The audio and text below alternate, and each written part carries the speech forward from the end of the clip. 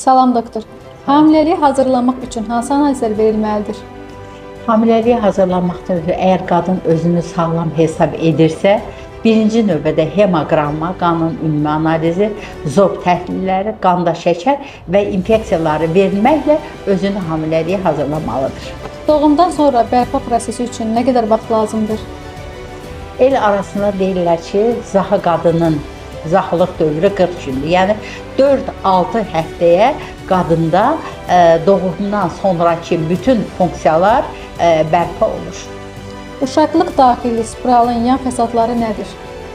Uşaqlıq daxili kontrasepsiya vasitələri olan spirallar, halbuki həyatımızda çox geniş istifadə etdiyimiz qoruma vasitəsidir. Onun yan təsirləri qanaxmalar, infeksiyalar və bəzən orqanizmin yad cismə olduğu cavab reaksiyasıdır.